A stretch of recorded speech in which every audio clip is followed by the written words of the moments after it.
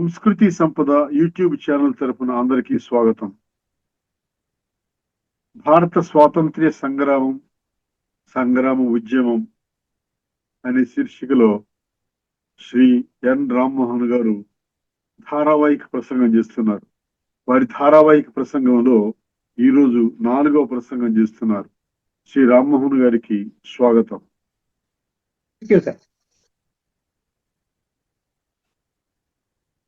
అందరికీ వందనాలు, సుస్వాగతము. BS bus short form లో భారత స్వాతంత్ర్య సంగ్రామోద్యమము షార్ట్ లో ఇంగ్లీష్ లో బిఎస్ అవుతుంది.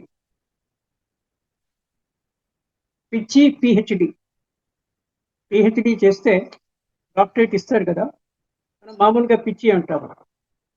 అంటే మతి స్థిమితమే లేని పిచ్చి కాదు, కొందరికి కొన్ని పిచ్చి ఉంటుంది. అంటే కొంచెం ఎక్కువ దాని మీద అభిప్రాయం కానీ ఎక్కువ దాని పట్ల పనిచేయడం, దాన్ని తీసే పిచ్చి అని అంటుంటాం మామూలుగా. నాకు ఈ ఎక్రానిమ్ అంటే షార్ట్ ఫామ్ అంటాము. ఈ షార్ట్ ఫామ్స్ చేయడం అనేది నాకు ఒక పిచ్చి. దానికి నేను 2 భాషల సమన్వయం తీసుకుంటాను, ఆంగ్లము, తెలుగు మాతృభాష అవ్వడం చేత ఆంగ్ల మాధ్యమంలో మనం కార్యాలయాల్లో చదువులో దాంట్లో పనిచేయడం చేత, అందుకని ఈ బస్సు తెలుగులో భారత స్వాతంత్ర్య సంగ్రామ ఉద్యమము. ఈ పద విశ్లేషణ చేత కూడా మనం చాలా విషయాలు నేర్చుకోవచ్చు. బై అనలైజింగ్ ద వర్డ్స్ కలయికనే సెంటెన్సెస్. కొన్ని ప్రత్యేకమైన సెంటెన్సెస్లే మనము సామెతలు అంటాము, ఇంగ్లీష్ లో ప్రవర్బ్స్ అంటాము. ప్రపంచవ్యాప్తంగా చాలా సామెతలు ఉన్నాయి. కొన్నేమో సమస్త ప్రపంచంలో ఉండేటువంటి జనాలకి ఉపయోగపడే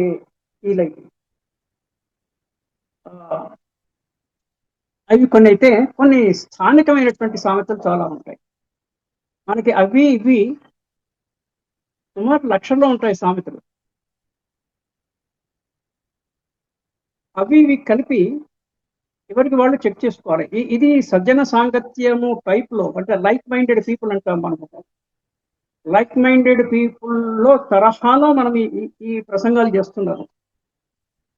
గతంలో జీవనయానము 100 శీర్షికలు చేసాము, ఇప్పుడు భారత స్వాతంత్ర్య ఉద్యమం 8 చేస్తున్నాం. దీన్ని బట్టి ఏంటంటే పరస్పరము నేర్చుకోవడానికి అవకాశము, పరస్పరము తెలుసుకోవడానికి. జ్ఞానం అనంతము. ఏ ఒక వ్యక్తికి కూడా మొత్తం జ్ఞానం ఉండదు. అందుకే వీసే collective knowledge and collective wisdom. ప్రపంచంలో గతంలో ప్రతి ఒక్క మనిషి కానీ, మనిషి యొక్క లైక్ మైండెడ్ గ్రూప్ కానీ, హోమోజీనియస్ హెట్రోజీనియస్ అనే పదాలు ఇంగ్లీష్లో. హోమోజీనియస్ గ్రూప్స్ వాళ్ళు చేసిన పని సమకాలీనంలో వాళ్ళకే ఉపయోగపడడమే కాకుండా భావితరాలకు కూడా ఉపయోగపడేటట్టు వాళ్ళు పనిచేసి వెళ్ళారు. ఇదొక పాయింట్. అయితే మనిషి మౌలికంగా జీవించడానికి కావలసినటువంటి ఇన్ఫ్రాస్ట్రక్చర్ అంటాం మనము. ఈ రోజుల్లో ఇన్ఫ్రాస్ట్రక్చర్ అనేటువంటి పదము, దానిని ప్రకృతి మనకి ఆల్రెడీ పంచభూతాల రూపంలో సమకూర్చింది. ఏవి లేకుంటే మానవ జీవనము సాగదో అది ప్రకృతే సమకూర్చిన దాన్ని. అది తేలికగా వచ్చిందే, అంటే తేలికగా వచ్చిన దానికి, ఉచితంగా వచ్చిన దానికి వాల్యూ ఉండదు అంటాం. అందుకే ప్రీపీసీ వద్దు అనేసి కొంతమంది వాదన. పని కల్పించండి, పని చెయ్యి, చెయ్యి, పని చెయ్యి, చెయ్యి అంటే యూ టేక్ యువర్ వేజెస్, రోజుల తర్వాత కూడా మిగిలిన ఖర్చు పెట్టుకో, కానీ ఉట్టిగానే ఫ్రీగా ఇవ్వద్దు అనేసి. సరే, దట్ ఈస్ అనదర్ థింగ్. కానీ దీనికి కూడా ఒక కండిషన్ సప్లై ఉంటుంది. ఎవరైతే అయోగ్యులో శారీరకంగా, మానసికంగా, ఎవరికైతే తల్లిదండ్రులు ఉండరు, మనం యుద్ధమన్న పాయింట్లో నుంచి నేను కొంచెం డీప్ అనాలిసిస్ అంటాము, రూట్ కాజ్ అనాలిసిస్ అంటాము. దేవుడు దిక్కులేని వారికి దేవుడే దిక్కు అనేటువంటి మనకి సేయింగ్ ఉంది, సామెత. రాజు అంటే గవర్నమెంట్ ఏ రూపంలో ఉన్నా కూడా, రాజరిక వ్యవస్థలో కానీ, డెమోక్రటిక్ ఫార్మ్ ఆఫ్ గవర్నమెంట్లో కానీ, దిక్కులేని వాళ్ళకి ప్రభుత్వము రాజే దిక్కు. రాజే అందరికీ తండ్రి. తల్లిదండ్రులు లేని వాళ్ళకి రాజు తండ్రి. ఆ కారణం చేతనే మనం పూర్వ సంస్కృతిని దాంట్లో దృష్టిలో పెట్టుకునేసి ఆర్ఫనేజ్ హోమ్స్ కానీ ఈ చైల్డ్ వెల్ఫేర్ సెంటర్స్ ఇవన్నీ పెట్టేది దాని భాగంలో కిందనే. So this is another point. Basic గా మనకు ఉచితంగా వచ్చిన దానికి వాల్యూ అది ఎట్లా వచ్చింది కదా, అది ఆగదు కదా ఉంటుంది. కానీ ఏదైనా కూడా వైద్యంలో డోస్ అన్న పదం ఉంది. ఏదైనా మెడిసిన్ డోసు కన్నా తక్కువ తీసుకుంటే పని చేయదు, డోసు కన్నా ఎక్కువ తీసుకుంటే వికృతంగా నెగిటివ్ గా పనిచేసే అవకాశం ఉంటుంది. దాన్నే డోస్ అంటారు. మరి మన ప్రవర్తనలో కూడా నేను ఇందాక చెప్పాను, పదాన్ని విశ్లేషించి పదాన్ని అర్థం చేసుకొని కూడా మనల్ని మనము సవరించుకొనవచ్చును, సంస్కరించుకొనవచ్చును. అలాగే గతంలో ఏ ఏ సన్నివేశం యొక్క అనాలిసిస్ ద్వారా, విశ్లేషణ ద్వారా కూడా ఏ గ్రూప్ ఏమేమి పనిచేసింది, దానివల్ల ఏమేమి ఫలితాలు వచ్చాయి, సత్ఫలితాల దుష్ఫలితామా ఫలితాల. ఫలము ఫలితం అంటే పాజిటివ్కే ఎక్కువ అప్లై అవుతుంది, దానికి అడ్జెక్టివ్ ముందు విశేషణం దుష్ఫలితం అన్నప్పుడు it's a bad result. Mahabharata కాలం నుంచి, రామాయణ కాలం నుంచి, అంతకు ముందు ఇప్పటి వరకు ఇప్పుడు జరుగుతున్న ఇరాన్ ఇజ్రాయెల్ అమెరికా వార్ నుంచి మనము ఏం నేర్చుకుంటున్నాం? విధ్వంసము అవసరమా? మనము నాగరికత అంటాము. నాగరికత లేని మనిషి అనాది అంటే మొదట్లో అనాగరిక మనిషి అడవుల్లో ఉండేవాడు, బట్టలు కూడా లేని పరిస్థితుల్లో, అప్పటికి కూడా బట్టలు కనుక్కోకముందు ఆకులే కట్టుకునేసి మానరక్షణ కోసము చెట్టు మీదనే టెంట్లు వేసుకునేసి, చెట్టు మీద ఇప్పటికి కూడా మనకి కొన్ని కొన్ని చోట్ల కనిపిస్తుంటాయి పెద్ద చెట్ల మీద ఇది అలా జీవించే వాళ్ళు వాళ్ళ అనాగరికులు. మనం డ్రెస్సు విస్సు మొబైల్ అది ఇది ఏం చెప్పాలంటే అది ఉంది, మనమంతా నాగరికులము. మరి నాగరికులైతే యుద్ధం ఎందుకు చేస్తున్నారు? కామన్ సెన్స్ అంటే ఐఎమ్ లింకింగ్ ఇట్ టు, నేను కొంచెం డీటెయిల్ గా వెళ్తున్నాను, there is no hurry for us. కానీ ఒకదానికొకటి లింక్ చేసుకోవాలి. మనము నాగరికులకైతే యుద్ధం చేయకూడదు, మాటతోనే సంప్రదింపు చేసుకోవాలి. మాటల్లో కొంతమంది మొండి వాళ్ళు ఉంటారు, వినరు, అప్పుడు త్యాగం ఉంటారు. సరే తీసుకో, నీకు కావాల్సిన నువ్వు తీసుకొని పోయి. ఎంత తీసుకుంటాడు మనిషి కానీ గ్రూప్ కానీ?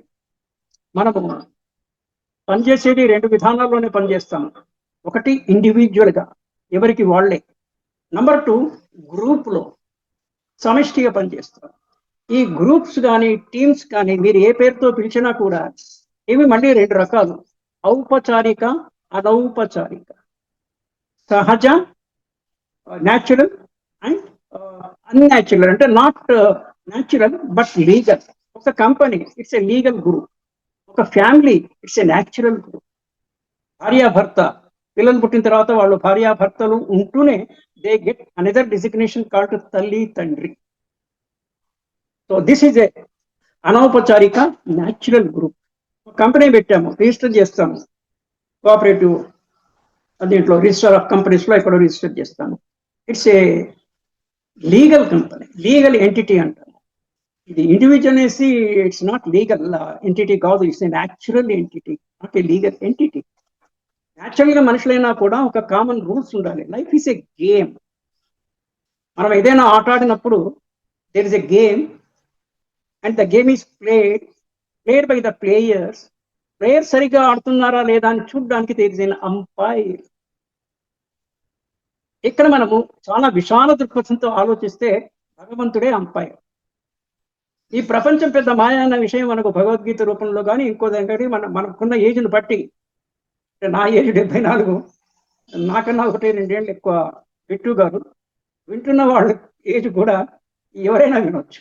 ఇప్పుడున్న సౌకర్యంలో, ఆధునిక వసతుల్లో, ఇప్పుడున్న ఎలక్ట్రానిక్ గ్యాడ్గెట్స్ లో, మొబైల్స్ కానీ రికార్డింగ్ కానీ, అది సుత్తిమించి మార్ఫింగ్ అంటే ఒకళ్ళు చెప్పిన మొత్తం సెంటెన్స్ మొత్తం పేరాలో ఇంచి కొంచెమే తీసుకునేసి ఇంకో దగ్గర ఇంకోటి చెప్పించి అసందర్భంగా వాటిని జోడించి ఒక మంచిని ఆపాదించవచ్చు, శ్రేష్టతని ఆపాదించవచ్చు, లేకపోతే అతన్ని దిగజార్చడానికి కూడా ఉపయోగించే అవకాశము మోడర్న్ టెక్నాలజీలో ఉంది. మరి దీన్ని బట్టి మనం ఏమర్థం చేసుకోవాలంటే ఇదేం కొత్త కాదు, రూపం మారింది. ప్రకృతిలో మంచి చెడ్డ ఎప్పటి నుంచో ఉన్నాయి. భగవద్గీతలోనే ఎస్ఆర్టి అని చెప్పారు. ఎస్ఆర్టి మళ్ళీ నా షార్ట్ ఫామ్ సత్వ రజో తమో గుణాలు. దేన్ని మనుషులు కానీ వస్తువులు కానీ 3 రకాలుగా విభజన చేస్తే ఉత్తములు, మధ్యములు, అధములు. ఉమా అంటారు. ఉమా చండీ గౌరీ శంకర్ల కథ అని ఒక సినిమా వచ్చింది. ఉమా చండీ గౌరీ ముగ్గురు ఒకటే పార్వతి రూపాలు.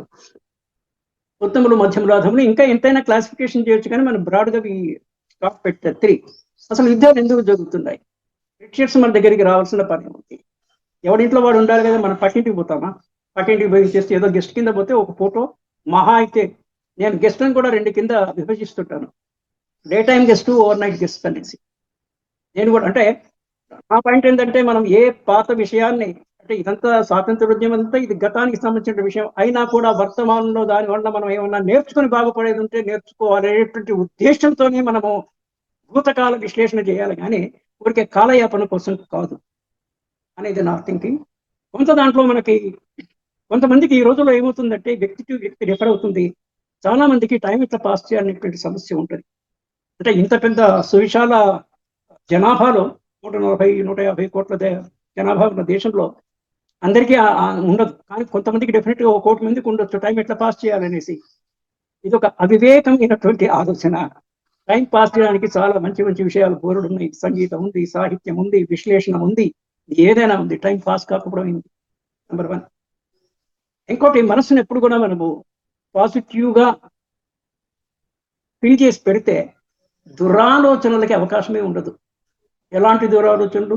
యుద్ధము లాంటి దురాలోచనలు, వేరే వాడిని హింసించడము, గ్రూప్ కింద మారి, అంటే కుటుంబమే ఒక ఇన్ఫార్మల్ గ్రూప్ అన్న పాయింట్ అన్నాం మనము. ఇది కాకుండా ఇది అంతరంగ విషయము, అంతరంగిక, ఇన్నర్ అవుటర్. ఈ 2 కొన్ని జంట పదాలు, చాలా విశేషమైన జంట పదాలు ఉన్నాయి. దాంట్లో సానుకూలమైనవి, వ్యతిరేకమైనవి. వ్యతిరేక ద్వంద్వాలు అండ్ సానుకూల ద్వంద్వాలు రెండు కూడా ఉన్నాయి. కాంబినేషన్స్ అంటాం మనకు చిన్నప్పుడు మ్యాథమెటిక్స్ లో కూడా, కొంచెం హయ్యర్ మ్యాథ్స్ లో పర్మిటేషన్స్ అండ్ కాంబినేషన్స్ అని. గణితంలో నుంచి కూడా, అంటే మనం దేని గురించి, నేను ఇందాక పదము విశ్లేషణ చేసి నేర్చుకోవచ్చు అన్నాము, దేని నుంచి కూడా, గణితం నుంచి కూడా నేర్చుకోవచ్చు. Addition, subtraction. కూడితే అడిషన్, తీసివేస్తే ఇది. మంచికి మంచి చెడవుతే తోడైతే డబుల్ మంచి అవుతుంది. మంచి సాంగత్యంతో ఉంటే మంచి అవుతుంది. 3 మంచివాళ్ళు, 2 చెడ్డవాళ్ళు అంటే 3 - 2 నెట్గా గ్రాస్ అండ్ నెట్ ఫలితము. అంతిమంగా ఏం జరుగుతుంది? యుద్ధము వినాశ హేతువు. యుద్ధం అనేది ఏంటి అంటే, యుద్ధం ఎందుకు జరుగుతుంది? యుద్ధము లోయెస్ట్ లెవెల్లో మనిషి అంతరంగములోనే తనకే పడక తనతో తాను యుద్ధం చేస్తుంటాడు. మీరు చాలా మంది కుటుంబాల్లో, మీ కుటుంబంలో కానీ ఇతరుల కుటుంబాల్లో కానీ, బంధుమిత్ర వర్గ కుటుంబంలో గమనించి ఉండొచ్చు, నియంత్రణ కోల్పోయి యుద్ధము, ఒక దేశము ఇంకో దేశం మీద యుద్ధం చేస్తుందంటే ఆ దేశంలో ఉండేటువంటి అధికారులు, అధిపతులు, కింగ్స్, క్వీన్స్, వాటెవర్, వాళ్ళకి కొంత నియంత్రణ తప్పి, అంటే ఆలోచన శక్తి తప్పి, స్వార్థము పెరిగి, దయచేసి వినేవాళ్ళు ఈ వర్డ్స్ అండర్లైన్ చేసుకొని టాంజెన్షియల్ థింకింగ్ అంటారు, మీ పద్ధతిలో మీరు డెవలప్ చేయొచ్చు.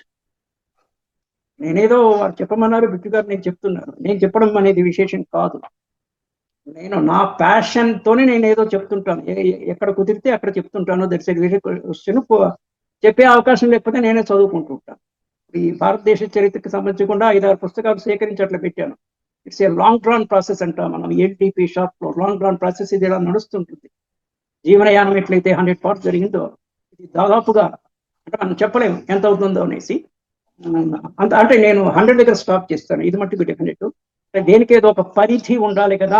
పరిధి దాటి ప్రవర్తించరాదు, హద్దు మీరరాదు అనేది ఎక్కడో దగ్గర మనం తెగింపు అనేది ముందే ముగించాలి. అంటే I will not go beyond this అనేసి ఏదో ఒకటి. అంత కాకపోతే 1000, అది వేరే సంగతి. నేను 100కే సీమితం చేశాను. మనం ఎంత చెప్తున్నాం అనేది కాదు, ఎంత మాట్లాడుతున్నాం అనేది కాదు. వేరే వాళ్ళు వాళ్ళ సమయాన్ని వెచ్చించి మనది వింటున్నప్పుడు వాళ్ళకి దాంట్లో కొంతమందికి కొన్ని పాయింట్స్ అయినా దొరకాలి కదా. అరగంట సేపు నేను చెప్తున్నా ఓకే, అరగంట సేపు టైం స్పెండ్ చేసి వింటున్న వాళ్ళకి అరగంటలో కనీసం ఒక 2-3 అయినా కీలకమైన పదాలు, వాక్యాలు, విషయమో ఇంతకుముందు వారికి తెలియనిది లేదా అంతగా తెలియనిది ఏమన్నా తెలుసుకుంటున్నాయి కదా నేను చెప్పేదానికి ఉపయోగము. Otherwise what is the use? నిరుపయోగమైన పనులు చేయరాదు. యుద్ధం ఒక పనికి మాలిన నిరుపయోగమైనటువంటి పని. ఒక సేయింగ్ ఉంది. నేను బ్యాంకులో పనిచేస్తున్నప్పుడు ఒక 4 years అధ్యాపకుడి కింద కూడా పనిచేశాను బ్యాంక్ ట్రైనింగ్ కాలేజ్. టీచర్ అనేవాడు స్కూల్ టీచర్ నుంచి యూనివర్సిటీ టీచర్స్ వరకు. కాలేజీలోకి వచ్చిన తర్వాత బెత్తాలు కొట్టడాలు ఉండవు జనరల్గా. కార్పొరల్ పనిష్మెంట్ అనేటువంటి పదం ఉంది. అంటే చిన్నపిల్లల్ని, స్టూడెంట్స్, పిల్లల్ని తల్లిదండ్రులు కానీ టీచర్స్ కానీ వేధించరాదు. దానికి కొన్ని దేశాల్లో చాలా కఠినమైనటువంటి చట్టాలు ఉన్నాయి. మన దేశంలో చట్టం లేకపోయినా కూడా నియమాలు, రూల్స్ ఉన్నాయి. చాలా మందికి వాళ్ళకి నిగ్రహం కోల్పోయి టీచర్స్ నిగ్రహం కోల్పోయి దానికి కారణం వేరే ఉంటుంది. దాని ఫలితం దుష్ఫలితం పిల్లలను కొట్టడము, సావబాదడం అంటాము. అప్పుడప్పుడు మనకి పేపర్లో కూడా వస్తుంటుంది.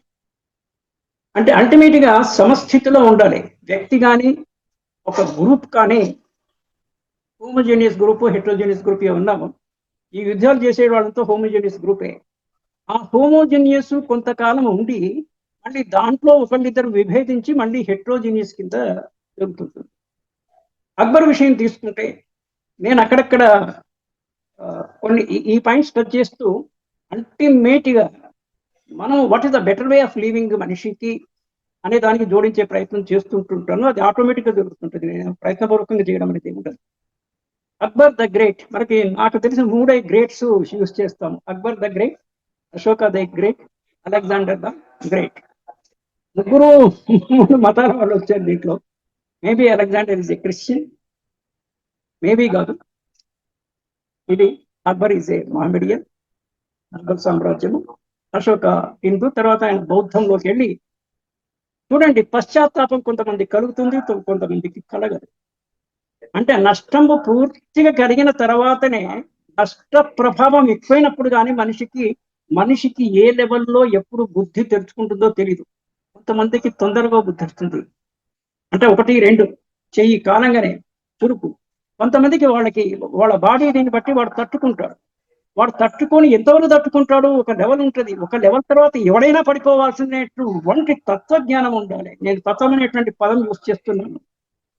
మానసిక శాస్త్రము, సామాజిక శాస్త్రము, వీటికి రెండింటికి మించి తత్వజ్ఞానంతోనే వీటి విశ్లేషణ చేసి ఫిలాసఫీ, సైకాలజీ, సోషియాలజీ ఈ 3 సమన్వయముతోని ఏ విషయములో మనం పనిచేసినా కూడా, ఏ విషయ జ్ఞానము సంపాదించినా మనం జీవన విధానములో ఇవి ఉండాలి. హింస, అహింస ఇవి ప్రకృతిలో భాగాలే. ప్రకృతిలో విషవృక్షాలు ఉన్నప్పుడు విషము అనేటువంటి కెమికల్ సబ్స్టెన్స్ కూడా ఉన్నాయి. కొన్ని పదార్థాలే విష పదార్థాలు, విష జంతువులు, విష వృక్షాలు ప్రకృతిలో భాగంగా ఉన్నాయి. అది మనం గమనించాలి. ఉన్నంత మాత్రాన్ని దాన్ని మనం వాడాల్సిన పని లేదు. చాలా మంది విషం తాగి వస్తారు. విషం ఉంది, మీరు తాగి చావడానికి కాదు. విషం కూడా విరుగుడు కొన్నిటికి. వైద్య శాస్త్రంలో పాముల విషం కొన్ని చోట్ల చాలా కాస్ట్లీ అని నేను ఇక్కడిక్కడ విన్నాను, చదివాను. దాన్ని మంచికి వజ్రాన్ని వజ్రంతో పోయాలనేటువంటి ఒక సామెత కూడా మనకు ఉంది. అంటే కఠినమైన దాంతో దానికన్నా కఠినమైన దాంతోనే సమానంగా కఠినమైంది. వజ్రాల్లో కూడా శ్రేణులు ఉంటాయి కదా. మనుషుల్లో, వ్యక్తుల్లో విషయంలో శ్రేణి ఉన్నప్పుడే హయ్యర్ రేంజా, లోయర్ రేంజ్ వజ్రాన్ని హయ్యర్ రేంజ్ వజ్రంతో పోయొచ్చు. ఇది అన్నప్పుడు నా చిన్నప్పటి ఇది గుర్తొస్తాయి. పల్లెటూరులో నేను ఒక 10 ఏళ్ళ వరకు తిరిగాను.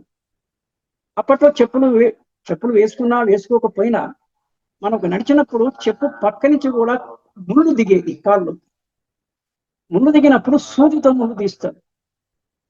సూది ఉండేది, సూది తీసేవాళ్ళు. అప్పట్లో అంత మెడికల్ ఫెసిలిటీస్ ఇంత లేక ముళ్ళు సూది లేని ఇళ్లలో అంతకన్నా పెద్ద ముళ్ళుతోని కూడా ఈ ముళ్ళు తీసేవాళ్ళు. అది ఆర్ట్. మనకి చతుశ్శక్తుల కళలు అంటారు కదా. ఆర్ట్ కి సైన్స్ కి ఎప్పటించో ఉంది. ఆర్ట్, సైన్స్ 2 ఉన్నాయి. ఒకప్పుడు సైన్స్ కూడా ఆర్ట్ లోనే అంతర్భాగంగా ఉండేది. ఇప్పుడు అలా కాకుండా విడిగా అయిపోయింది. సైన్స్ విడిగా, ఆర్ట్ విడిగా. సైన్స్ లో మళ్ళీ సబ్ డివిజన్స్ బోర్డు వచ్చాయి. అంత వేరే విషయం. అంటే మనకి సామాన్ ఎక్కువ ఉన్నప్పుడు నింపడానికి ఒక సంచి పట్టకపోతే ఇంకో సంచిలో పెడతాము, అదే సామాను అన్నట్టుగానే సైన్స్ లో విభాగాలు. That is another thing. ఈ అక్బర్ ది గ్రేట్ ఏం చేశారంటే, ఇతను 13 ఏళ్లకే వాళ్ళ ఫాదర్ చనిపోవడం చేత హీ బికేమ్ ఏ కింగ్. ఆయనకు ఒక కేర్ టేకర్ ఉన్నారు, పేరు మర్చిపోయింది, days to come I will tell you that one. ఆ కేర్ టేకర్ కొంతకాలం కేర్ టేక్ చేసిన తర్వాత సంహౌ అక్బర్ అంటే ట్రస్ట్ అండ్ బెనిఫిషియరీ అని 2 పదాలు. 18 years లోపు పిల్లలకి, అంటే సుమారుగా 18 years అంటే లీగల్గా 8 years మనం మేజర్ అవుతుంది కాబట్టి చెప్తున్నాను. పిల్లలకి అందరికీ పెద్దలు దే ఆర్ ద ట్రస్టీస్. మనకి ట్రస్ట్ బోర్డులో ఉండేవాళ్ళు ట్రస్టీస్. పేరెంట్స్ కానీ ఎల్డర్స్ కానీ చిన్న పిల్లలకి దే ఆర్ ద ట్రస్టీస్, పిల్లలంతా దే ఆర్ ద బెనిఫిషియరీస్. మన పిల్లలు కాకపోయినా కూడా మనం బజార్లో వెళ్తున్నప్పుడు పిల్లలు ఎవరన్నా ఏడ్చినప్పుడు కారణం కనుక్కునేసి వాళ్ళు ఎలా తప్పిపోయారా. కొంతమంది పిల్లలు తల్లిదండ్రుల అజాగ్రత్త వలన, అది వేరే టాపిక్, అజాగ్రత్త వలన ఇంటికి బయటకు వచ్చి మళ్ళీ ఇంటికి వెళ్ళలేదు. ఇది 2 రకాల వాడికి జరుగుతుంది. వయోవృద్ధులకి, నేను డైరెక్ట్ గా ఒకసారి నాకు జరిగింది. నేను అలా పోతుంటే ఒక పెద్ద ఆవిడ పాపం 70 years is nothing, I'm already 74, 80 years ఎంతో ఏజ్. కొంచెం చీకటి పడింది. ఆమె వెలుతురులో ఆమె ఆ స్టీల్ పోల్చుకోలేకపోయింది. ఆమె నన్ను అడిగితే, ఇట్లా ఇది ఎక్కడ సార్ అంటే, నేను కొంత దూరం వెళ్ళి అది చూపించడం జరిగింది. చిన్నపిల్లలకి ఇలా జరుగుతుంది. We are are trustees for them. We are trustees for not only children, for aged people, అంటే రైట్ ఏజ్, పండు ముసలి వాళ్ళకు కూడా, యువత కానీ మధ్య వయస్సు కానీ వాళ్ళు trust. Coming back to Akbar, ఈయన స్వతంత్రత ఈయన దీనికి తెలిసిన తర్వాత వీళ్ళెందుకు మధ్యలో అంటే, పని అవ్వగానే కొంతమంది సామెత ఉంది, నది దాటగానే పడవను తగలేయడం. అంటే మనం ఏ సందర్భంలో ఏ రూపంలో అయినా కూడా దాన్ని తీసుకోవచ్చు. పాలు తాగిన తర్వాత గురుగులో పాలు, ఇప్పటికి కూడా కాశీలో, మొన్న నేను కాశీ అయోధ్య వెళ్ళడం జరిగింది, ఇప్పటికి కూడా వాళ్ళు మట్టి పాత్రలో టీ అవి ఇస్తుంటారు, ఈవెన్ నౌ, ఇప్పటికి కూడా మంచిదే. అది తగిన తర్వాత, పాలు తాగిన తర్వాత కుండ ఎత్తేసినట్టు. అంటే పని అయిపోయిన తర్వాత మనిషిని వదిలేయడం అనేది చాలా మంది స్వార్థ జీవులు ప్రపంచంలో చాలా మంది. మనకుండే రేంజ్ ఒకటే, స్వార్థం నుంచి పరార్థం వరకు ఒక రేంజ్ లో ప్రతి మనిషి ఉంటాడు. చాలా మంది స్వార్థానికి దగ్గరలో ఉంటే అతి తక్కువ మంది పరార్థానికి, అంటే లివింగ్ ఫర్ అదర్స్. కనీస స్వార్థం ఉండాలి. అంటే మనం ఎగ్జిస్టెన్స్ లో ఉనికిలో ఉంటేనే కదా మనం ఇతరులకు ఏమైనా సేవ చేయడానికి ఉండేది. మనిషి తన కోసం తాను బతకాలి, తన కుటుంబం కోసం తనను బతకాలి, ఆ పిమ్మట తన సముదాయం కోసం, కమ్యూనిటీ. నేను కులము అన్నట్ల కమ్యూనిటీ అంటున్నా, కులాన్ని కూడా డిఫరెంట్ మీనింగ్స్ తీసుకుంటారు. కులము అంటే ఒక గ్రూప్ అనే అర్థం. ఒరిజినల్ అర్థంలో కులము మీరు డిక్షనరీ ఎక్కడ తీసుకుంటే కూడా ఒక వర్గము కిందనే ఇది. మనం ఆ ఫలానా కులము ఇది అంటారు. కుల నిర్మూలన సంఘాలు వచ్చాయి, కానీ ప్రతి కులానికి ప్రభుత్వం చేయూత ఇస్తుంది, ఫినాన్షియల్ అసిస్టెన్స్. మరి కుల నిర్మూలన అయినప్పుడు ఈ కులం వారీగా డబ్బులు ఇవ్వడం దేనికి? సరే, దట్స్ ఎ డిఫరెంట్ క్వశ్చన్. ఇవన్నీ సోషియో ఎకనామిక్, అంటే మనకి ఎప్పుడు సమాజంలో ఉండేటివి ఒక 4-5 అంశాలే ఉంటాయి. ఒకటి ప్రజలు ఎక్కడ పోరు, ప్రజలు ఉంటారు. ప్రజలు ఉన్నప్పుడు దాంట్లో కొంచెం పెత్తనం చేసేవాళ్ళు ఎడ్డిగా ఉంటారు, వాళ్ళే ప్రభువులు, రాజులు, గవర్నమెంట్. మోడర్న్ డేస్ లో ఎలక్షన్స్, అంతకుముందు అయితే ఇది వంశపారంపర్యంగా వచ్చేది. వంశపారంపర్యంగా ఒకటి రాజులు వచ్చారు, ఇప్పుడు అది పోయింది. ఆ తర్వాత ఇప్పుడు దేవాలయంలో కొంతమంది వంశపారంపర్యంగా పూజారులు, దట్ ఈస్ అనదర్ థింగ్. అది కూడా అక్కడక్కడ ఉన్నట్టుంది, అది కూడా దాదాపు తగ్గింది.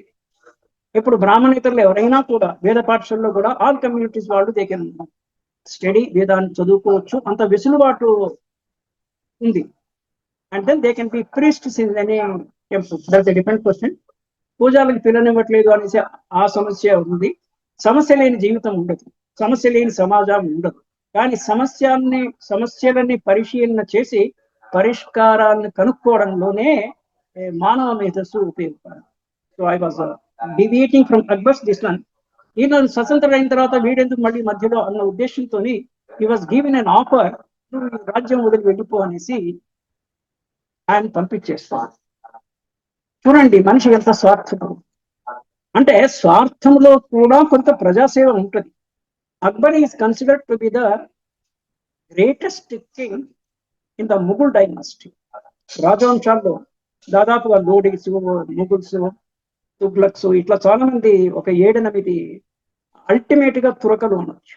తురక అనే పదం వాడతాము. తురుష్కులు, తురకలు అల్టిమేట్ గా వీళ్ళంతా ఒక 7-8 రాజవంశం ఉంటే ఈ ముఘలాయ దీంట్లో Akbar is the greatest king. Akbar the great అనే పేరు అనుకుంది. ఆ తర్వాత ఇంకొకళ్ళు ఎవరో ఎప్పుడు కూడా గూడు పుఠాని అనేటువంటి ఒక సినిమా వచ్చింది. గూడు పుఠాని అంటే అర్థము కొత్త యంగర్ జనరేషన్ వాళ్ళకి తెలుసో తెలియదు. గూడు పుఠాని అంటే ఒక రకమైనటువంటి కుట్ర అనే దానికి గూడు పుఠాని అనే పదం వాడుతుంటారు. రాజసింహాసనం మీద కన్నేసి ఉంచుతారు. ఏది ఇంటర్నల్ గ్రూప్ లోనే బయటపడకుండా. మళ్ళీ దాని మీద నిఘా అన్నారు. Central bureau of investigation, national investigation agency. అంటే పాత రోజుల్లో అంటే హ్యూమన్ యాక్టివిటీస్ కి ఎన్నెన్ని విషయాలు ఉన్నాయో వాటన్నిటికీ సంబంధించి మంత్రిత్వ శాఖలు ఉన్నాయి. ఇప్పుడు కూడా పాత పద్ధతి ఫామ్ చేంజ్ అవుతుంది కానీ విషయం ఇదే. సో అది గమనించి అక్బర్ అతన్ని ప్యారిస్ పై నుంచి కింద పడదోయిస్తాడు. ఆ మొండి ప్రాణం పడదోయించినా కూడా ఫస్ట్ అటెంప్ట్ లో చావకపోతే మళ్ళీ పైకి తీసుకొచ్చి మళ్ళీ రెండోసారి పడదోయిస్తే అప్పుడు చచ్చాడు. దీనికి కూడా ఒక సామెత ఉంది మనకి, శత్రుశేషం ఉండరాదు అనేసి. శత్రుశేషం మిగిలిస్తే వాడు ఎప్పుడో ఒకసారి ప్రతీకారం తీర్చుకోవడానికి ఏదో రకంగా మళ్ళీ బ్యాక్ ఫైర్ మన మీద వచ్చే అవకాశం ఉంటుంది. కానీ నేను షేర్ చేసే విషయం ఏంటంటే, అజాత శత్రువు అన్న పదం కూడా ఉంది కదా. అసలు శత్రువు ఎందుకు పెట్టుకోవాలి? నువ్వు భరించగలిగింది, నువ్వు ఇవ్వగలిగింది అంటే ఇవ్వు, విచ్చవేసినట్టు. ఆ పదం అనకూడదు. వాడు అడిగిండు, నువ్వు ఇవ్వు, వాడు వెళ్ళిపోతాడు. నీకు ఇచ్చే తోమత ఉండి వాడు లేచి అంటే పదాన్ని మీరు డైరెక్ట్ మీనింగ్ తీసుకోవద్దు, భావం గ్రహించాలి. కొంతమంది లేకి మనుషులు ఉంటారు, కొంతమంది తిర్రి మనుషులు ఉంటారు. లేకి, తిర్రి ఇవన్నీ ఇక్కడ లోకల్ తెలంగాణలో యూజ్ చేసే పదాలు, వేరే ప్రాంతాల్లో కూడా యూజ్ చేయొచ్చు. మొత్తానికి సామరస్యంగా ప్రతి మనిషి సహజంగా మరణించే దిశలో సమాజం ఉంటే దాన్ని సౌభాగ్యకరమైన సమాజము హెల్దీ సొసైటీ అంటారు. యాక్సిడెంట్ లో చావడము, యుద్ధాల్లో చావడం. యుద్ధాల్లో ఎంతమంది చనిపోతారు? చిన్నపిల్లలు కూడా చనిపోతారు. ఇప్పుడు ప్రస్తుతం జరుగుతున్న యుద్ధంలో కారణాలు అనేకం ఉంటాయి. యుద్ధానికి అనుమానము పెనుభూతమని అదొక సామెత ఉంది. ఇరాన్ దగ్గర చాలా డేంజరస్ వెపన్స్, వార్ఫేర్ అంటారు. లేటెస్ట్ వార్ఫేర్ డేంజరస్ వాళ్ళు డెవలప్ చేస్తున్నారు అని వీళ్ళకి, అమెరికా వాళ్ళకి, ఇజ్రాయెల్ వాళ్ళకి ఏదో అనుమానం. డిఫెన్స్, అఫెన్స్ అనే 2 పదాలు. మామూలుగా అఫెండర్స్ అంటే కావాలని తప్పుడు పని చేసే వాళ్ళని తీసే అఫెండర్స్. వేరే వాడు తప్పు చేసినప్పుడు మన మీద దండెత్తినప్పుడు మట్టుకే ప్రొటెక్షన్ వరకే ముందుకు వెళ్ళేవాడు డిఫెన్స్. ఇది డిఫెన్సివ్ వార్ కాదు, ఇట్స్ అన్ అఫెన్సివ్ వార్. అంటే ముందు అనుమానంతోనే వీళ్ళ దగ్గర ఏవైనా ఉన్నాయేమో, వీళ్ళు ఎప్పుడైనా దాన్ని మన మీద వాడుతానేమో, అందుకని ముందే శత్రు భావమే డెవలప్ చేయదు. పైగా దీని మీద ఆర్థిక భారం అమెరికా ఎక్కువైందనేసి దట్ ఈస్ కమింగ్. ఫినాన్షియల్లీ వాళ్ళకి ఎక్స్పెండిచర్ అనవసరమైంది. సొంత దేశంలోనే నిరసన ఎక్కువ. మనం ఒక సామెత ఉంది, సామెతల నుంచి నేర్చుకోవచ్చు. ఇంట గెలిచి రచ్చగలవాళ్ళు ఉంటారు.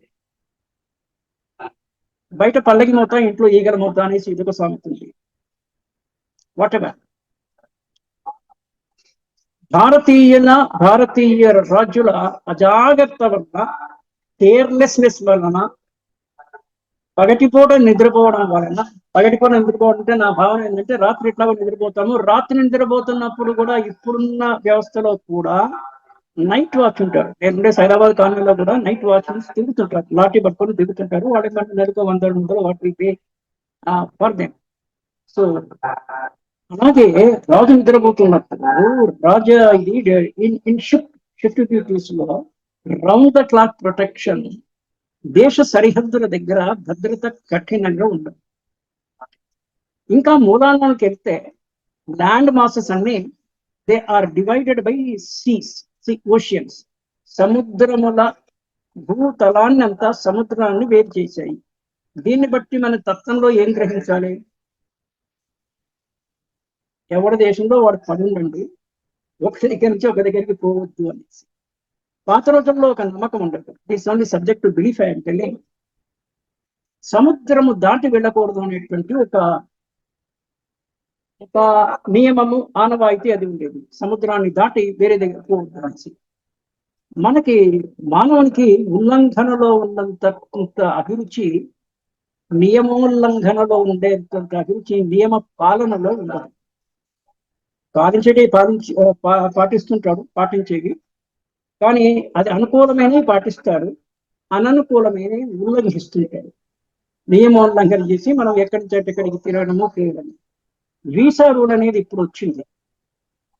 ఈ దేశము వేరే దేశానికి పోవడానికి ఈ స్వదేశ అనుమతి ఉండాలి పాస్పోర్ట్ రూపంలో, విదేశ అనుమతి వాళ్ళ అనుమతి కూడా ఉండాలి, లేకపోతే అదే విమానంలో తిరుగు తప్ప పంపిస్తారు. కానీ పాత రోజుల్లో అది లేదు కదా. అది లేకపోవడం మూలాన్ని మొఘలాయులు కానీ ఆ తర్వాత బ్రిటిష్ వాళ్ళు కానీ దేశాల మీద దండెత్తడము. ఇక్కడ సంపద ఎక్కువ. We will come to that.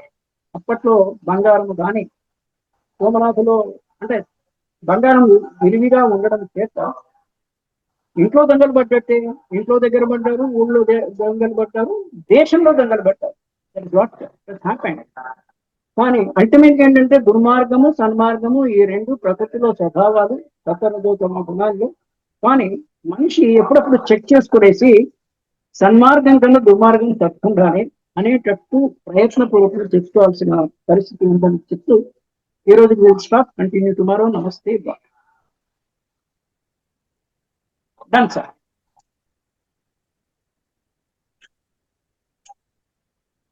భారత స్వాతంత్ర్య ఉద్యమం అనే శీర్షికలో ధారావాహిక ప్రసంగం చేసిన శ్రీ రామ్మోహన్ గారికి ధన్యవాదాలు.